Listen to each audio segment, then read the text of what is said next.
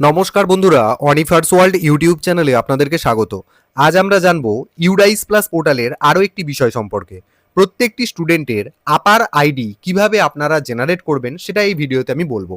আপার ID কি জিনিস? এটা এমন একটা 12 ডিজিট আইডেন্টিফিকেশন নম্বর যেটা ভারতবর্ষের যে কোনো ইনস্টিটিউশনে স্টুডেন্টদের জন্য কাজে লাগবে। এই আইডিতে একদম কিন্ডার গার্ডেন থেকে শুরু করে পিএইচডি পর্যন্ত স্টুডেন্টের সমস্ত ডেটা সেভ থাকে। তো দেখে নিই এটা কিভাবে আপনারা জেনারেট করবেন। এর জন্য আপনারা ইউডাইস প্লাস পোর্টাল ওপেন করবেন, যেখানে 4টে মডিউল দেখতে পাবেন। সেই মডিউলের থেকে এখানে যে স্টুডেন্ট মডিউল রয়েছে সেই জায়গায় আপনাকে লগ ইন করতে হবে। এই লগ ইন বাটনে ক্লিক করে লগ ইন পেজ আপনাদের সামনে এলে সেখানে লগ ইন ক্রিডেন্সিয়ালস দিয়ে আপনারা লগ ইনটাকে সাকসেসফুল করবেন। লগ ইন সাকসেসফুল করলেই এরকম একটা পেজ আপনাদের সামনে চলে আসবে, যেখানে হেড টিচারের নাম এখানে বেশ বোল্ড করে লেখা থাকবে। তো আপনাদেরকে সরাসরি কারেন্ট একাডেমিক ইয়ার 2026-27 এই অপশানে ক্লিক করতে হবে। তাহলেই আপনারা স্কুল ড্যাশবোর্ডে চলে আসবেন। এখানে স্কুল ড্যাশবোর্ডে আসার পর সবসময় বাম দিকের মেনুগুলোকে লক্ষ্য করবেন, বাম দিকে যে অপশানগুলো রয়েছে। তো আপার আইডি জেনারেট করার জন্য বাম দিকের একটি অপশান রয়েছে, দেখুন আপার মডিউল, এখানে ক্লিক করবেন। তাহলেই ডান দিকে আপনাকে অপশান দেওয়া হবে ক্লাস সিলেকশন করার জন্য। এই যে সিলেক্ট ক্লাস, এখানে ক্লিক করে ধরুন আমি ক্লাস 1টাকে সিলেক্ট করলাম। তারপর এখানে নিচে যেখানটায় অল লেখা আছে এখানটায় ক্লিক করে আপনি এখান থেকে সেকশনটাকে নির্বাচন করবেন। করার পর এখানে গো বাটনে ক্লিক করবেন। তাহলেই দেখতে পাবেন ওই ক্লাসের, যেহেতু আমি ক্লাস 1 সিলেক্ট করেছি, সেই ক্লাসের সমস্ত স্টুডেন্টের নাম ডিটেল এখানে চলে আসবে। এরপর ডান দিকে চলে আসবেন, দেখুন এখানে স্ট্যাটাসে কি লেখা রয়েছে, status not applied, upper ID not available. অর্থাৎ এই ছাত্র বা ছাত্রীগুলির আপার আইডি এখনো জেনারেট করা হয়নি, সেই কারণে এখানে স্ট্যাটাসে নট অ্যাভেলেবেল দেখাচ্ছে।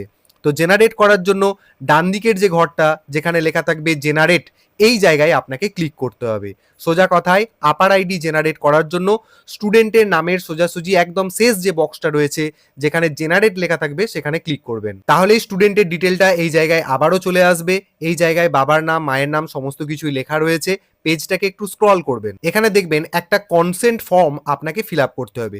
কি লেখা আছে?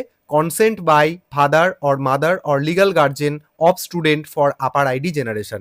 এই আপার আইডি জেনারেট করার জন্য বাবা অথবা মা অথবা লিগাল গার্জেন যিনি রয়েছেন তার একটি অনুমতি পত্র নেওয়া হচ্ছে। তো সেই কারণে আপনাকে এই যে ফাঁকা বক্সগুলো দেখতে পাচ্ছেন, এই ফাঁকা বক্সগুলো আপনাকে পূরণ করতে হবে। যেখানে লেখা আছে প্রথমেই আই লেখার পরে যে ফাঁকা বাক্সটা দেওয়া আছে এই বক্সে লিখতে হবে স্টুডেন্টের বাবা অথবা মা অথবা যিনি লিগাল গার্জেন রয়েছেন তার নামটা এখানে টাইপ করবেন। তারপর এখানে অ্যাজ দ্য, এই সিলেক্ট বাটনে ক্লিক করে এখান থেকে father, mother or legal guardian, যার নাম আপনি এই প্রথম বক্সে দিলেন তিনি স্টুডেন্টের সম্পর্কে কে হন সেটা আপনাকে এখান থেকে নির্বাচন করতে হবে। ধরে নিচ্ছি ইনি বাবা হন, তাই ফাদার সিলেক্ট করলাম।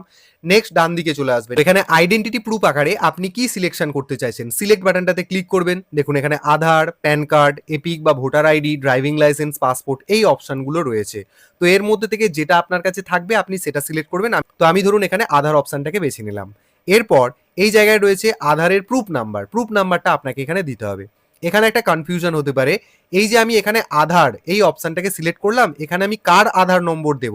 আমি এখানে কনসেন্ট ফর্মটাতে আই দেখাচ্ছি, আই মানে এখানে কে? এখানে বাবা এবং যার নামটা এখানে দেওয়া হচ্ছে। অতএব এই জায়গায় আধার আইডেন্টিটি প্রুফ আমি সিলেকশন করছি মানে এই জায়গাতে অভিভাবক যিনি রয়েছেন, সেটা বাবা হোক বা মা হোক বা লিগাল গার্জেন, যার নামটা উপরের বক্সটায় দেবেন ঠিক নিচের বক্সটাতে তার আধার কার্ডের নম্বরটা এখানে দিতে হবে।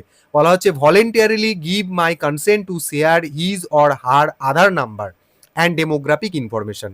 তো নিশ্চয়ই ব্যাপারটা ক্লিয়ার হয়ে গেল যে এই জায়গায় কার আধার নম্বর বা কার ড্রাইভিং লাইসেন্স নম্বর বা কার প্যান নম্বর দিতে হবে? স্টুডেন্টের বাবা অথবা মা অথবা লিগাল গার্জেনের। দিয়ে দেওয়ার পর নিচের দিকে এখানে প্লেস অফ ফিজিক্যাল কনসেন্ট, অর্থাৎ এই জায়গায় যেখান থেকে ফিজিক্যাল কনসেন্ট নেওয়া হচ্ছে সেই জায়গাটার নাম, মানে আপনি যে গ্রামে বা শহরে থাকেন সেই জায়গাটার নাম দিয়ে দেবেন। এমন কিছু গুরুত্বপূর্ণ জায়গা এটা নয়, জাস্ট জায়গাটার নামটা হলেই হবে। এরপর এখানে রয়েছে ডেট অফ ফিজিক্যাল কনসেন্ট, কোন তারিখে আপনি এই ফিজিক্যাল কনসেন্ট নিচ্ছেন বা দিচ্ছেন, তো সেই ডেটটা এখান থেকে নির্বাচন করতে হবে। এখানে ক্যালেন্ডার বাটনে ক্লিক করবেন, করার পর এখানেতে ডেটটাকে নির্বাচন করবেন। ধরে নিচ্ছি আমি আজকের ডেটটাই দিয়ে দিচ্ছি, এখানেতে 3রা আগস্ট 2026। দেওয়ার পর এখানেতে যিনি হেড টিচার রয়েছেন এই বিদ্যালয়ের তার নামটা এখানে শো করবে। এরপর এখানে সাবমিট বাটনটাতে ক্লিক করবেন। সঙ্গে সঙ্গে এরকম একটা পপ আপ আপনাদের সামনে চলে আসবে এবং এখানে লেখা আছে দেখুন, are you sure you want to generate APAAR ID with consent by father, দিয়ে এখানে বাবার নামটা দেওয়া রয়েছে। অর্থাৎ বাবার অনুমতি নিয়ে তবেই তো আপনি এখানে আপার আইডিটা জেনারেট করছেন, সেটারই কনফার্মেশন নেওয়া হচ্ছে। তো আপনাকে এখানে সিম্পলি কনফার্ম বাটনটাতে ক্লিক করে দিতে হবে। তো এখানে একটা এরর আসছে কি না, APAAR ID generation is currently disabled for the school, অর্থাৎ এই বিদ্যালয়ের ক্ষেত্রে আপাতত স্টুডেন্টের আপার আইডি জেনারেট করতে দিচ্ছে না।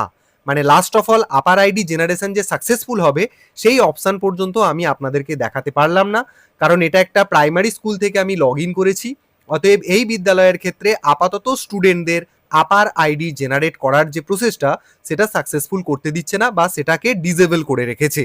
তো পদ্ধতিটা কিন্তু এই একই রকম, যে কোনো বিদ্যালয় হোক বা যে কোনো ইনস্টিটিউশন হোক, সেই বিদ্যালয় থেকে যদি স্টুডেন্টদের আপার আইডি জেনারেট করতে হয় এই প্রসেসেই ইউডাইস প্লাস পোর্টাল থেকেই আপনাদেরকে করতে হবে। লাস্ট পর্যন্ত আপনাদেরকে আমি দেখাতে পারছি না, যাই হোক সিস্টেমে কিন্তু এটা ডিসেবল করা রয়েছে বলে যখনই এনেবল হয়ে যাবে তখনই কিন্তু আমি আপনাদেরকে আবারও দেখিয়ে দিতে পারবো।